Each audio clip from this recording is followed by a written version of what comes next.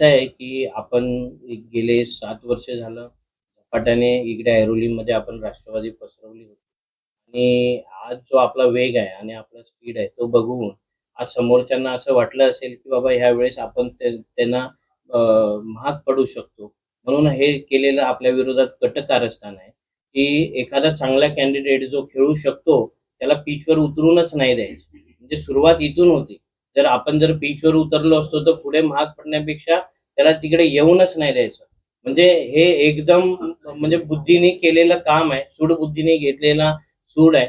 तर मला त्यांना असं माझं विचार नाही, की जर तुम्हाला लढायचं होतं तर तुम्ही पटांगणात लढायचं होतं, की तुमचे चित किती आणि आमचे पट किती.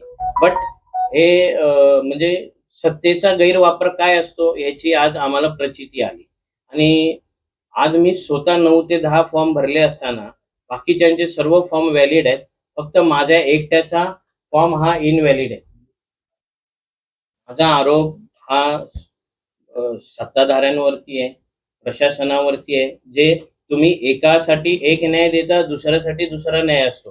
म्हणजे तुम्ही सांगता, की एकानी अपक्ष असेल, त्याचे तुम्ही फॉर्म नीट चेक पण नाही केले. ते विथआऊट सह्याचे फॉर्म त्यांनी व्हॅलिड केले.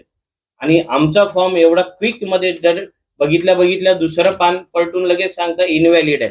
आणि त्याच्यानंतर मी जे क्रॉस केले, जे क्वेश्चन विचारले, त्यांच्यासाठी ऑलरेडी उत्तर पण तयार होते. सगळे पुस्तकं समोर ठेवून ते रूल्स ऑलरेडी सगळे हे नोटिफाय करून ठेवले होते. हायलाइट करून ठेवले होते. बघा हे एचं उत्तर असं आहे, बीचं उत्तर असं आहे, सीचं उत्तर असं आहे, डीचं. म्हणजे ते पूर्व तयारीमध्ये सगळ्या गोष्टी रचल्या गेल्या. हे आपण हा प्रभाग परत पुढे काही इलेक्शन ढकलता येतं का, परत लढवता येतं त्याच्यासाठी आपला प्रयत्न. कोणी केले असं काय आरोप म्हणजे आता जर ज्यांचा ह्याच्यामध्ये फायदा आहे, आज आता अरविंद माने नाहीये ह्याच्यामध्ये, तर ज्याचा फायदा आहे त्यांच्यावरच आहे. त्या लोकांवर कित्येक गुन्हे दाखल आहेत.